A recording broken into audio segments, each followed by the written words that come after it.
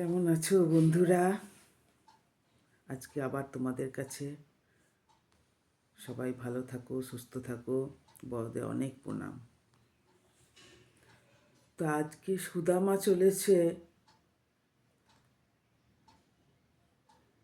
শ্রীকৃষ্ণের কাছে। শ্রীকৃষ্ণ কিন্তু পদে পদে তাকে সাহায্য করে চলেছে।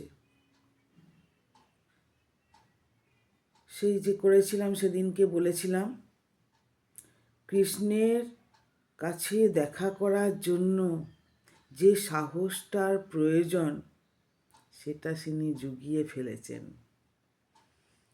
সেই সাহস নিয়ে চলেছেন। সাহসটা কি জানেন? সাহস তার স্ত্রী সুশীলা তাকে একটুখানি চিড়ে গুড় বেঁধে দিয়েছেন তার আঁচলে। সেই পুঁটলি নিয়ে চলেছেন সুদামা শ্রীকৃষ্ণের সঙ্গে দেখা করতে। অনেক দুঃখ কষ্ট নিয়ে তিনি চলেছেন। যখন দুয়ারে পৌঁছালেন, শ্রীকৃষ্ণের দুয়ারে, সখা সখা তুমি কোথায়? একবার দেখা দাও সখা।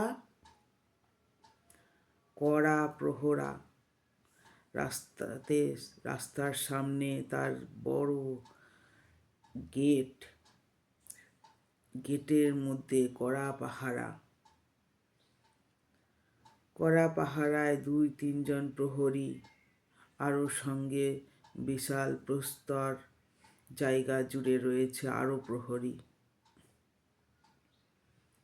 কেউ তাকে সাহায্য করছে না, ভেতরে যাওয়ার অনুমতি দিচ্ছেন না।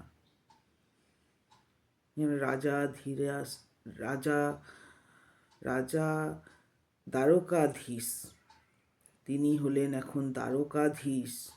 দ্বারকাধীশের সঙ্গে দেখা করতে চট করে পারা যায় না। সেখানে যেতে হলে অনুমতি লাগে।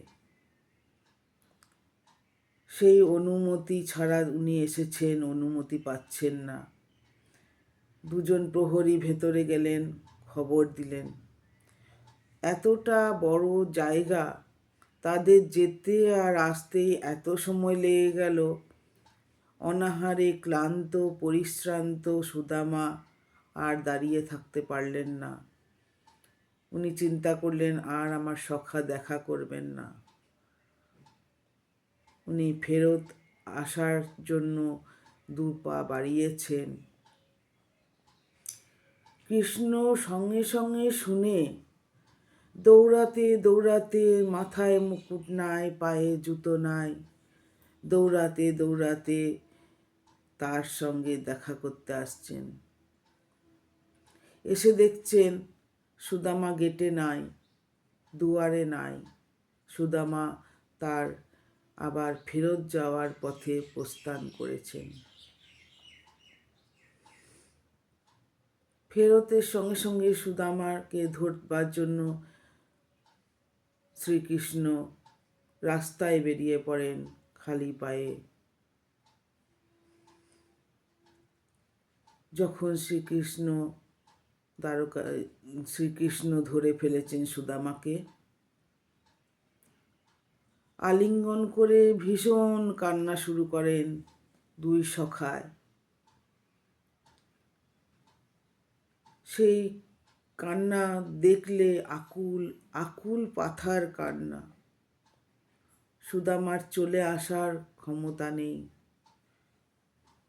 একটি রথ আসে, রথে করে শ্রীকৃষ্ণ নিয়ে যান তাকে অন্দরমহলে। পায়ে ফোস্কা, ঘা, ধুলোয় কাদায় পা থেকে রক্ত ঝরছে। নিয়ে গিয়ে তার সিংহাসনে বসান। সুদামা গরিব ব্রাহ্মণ, সিংহাসনে বসতে চান না। আমি সিংহাসনের উপযুক্ত নই ভাই,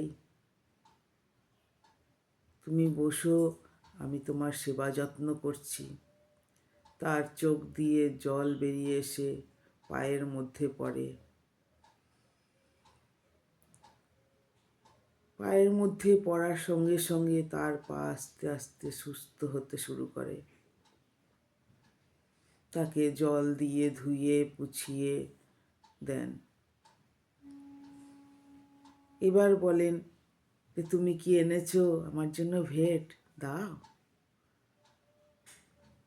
তো সুদামা ভীষণ লজ্জা পায়, এত বড়, এত তার মহল, এত ঐশ্বর্য, এত সব কিছু, পতি পত্নী, মানে সে আর ওই চিড়ে আর গুড় বার করতে পারেন না।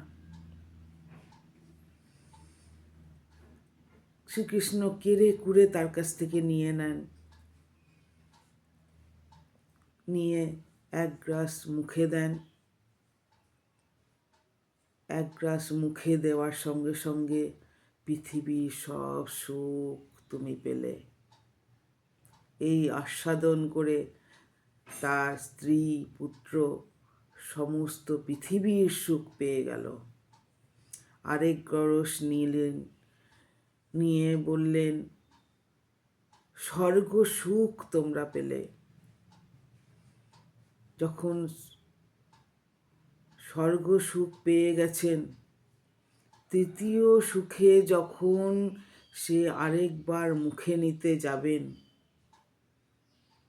রুক্মিণী তার হাতটা ধরে বললেন বাকিটা কর্ম নিজেদের করতে দাও।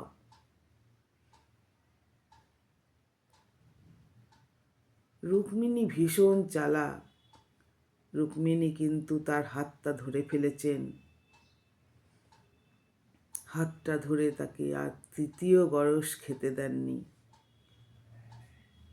বললেন আমাকে দাও, আমরা খাবো তৃতীয় গরসটা। যখন নিজেরা ভাগ করে তৃতীয় গরসটা নিয়ে নেন শ্রীকৃষ্ণের কাছ থেকে। সুদামা তো ফিরে আসার সময় চলে এলো। ফিরে এসে বাড়িতে এসে দেখেন আমার বাড়িটা তো এটা নয়। সুশীলা সুশীলা করে ডাকতে ডাকতে সুশীলা বেরিয়ে আসে, যে আমার বাড়ি এইরকম হয়ে গেল। স্বামীকে সে বলেছিল যে খালি হাতে আসবে না, কিছু নিয়ে আসবে। কিছু সে বলেছিল কিছু আনতে, সে তো ভগবান, সে সমস্ত কিছু উজাড় করে দিয়েছে, কিছুর লেশ মাত্র নাই। তো আজ এইটুকুনি, সকলকে প্রণাম।